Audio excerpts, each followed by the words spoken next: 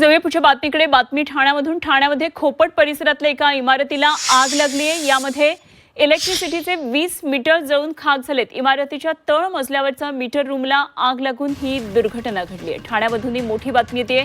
खोपट परिसरातल्या एका इमारतीला आग लागली आहे आणि इलेक्ट्रिसिटीचे 20 मीटर या आगीमध्ये जळून खाक झालेले आहेत। इमारतीच्या तळ मजल्यावरच्या मीटर रूमला ही आग लागलेली आहे आणि ही दुर्घटना घडली आहे।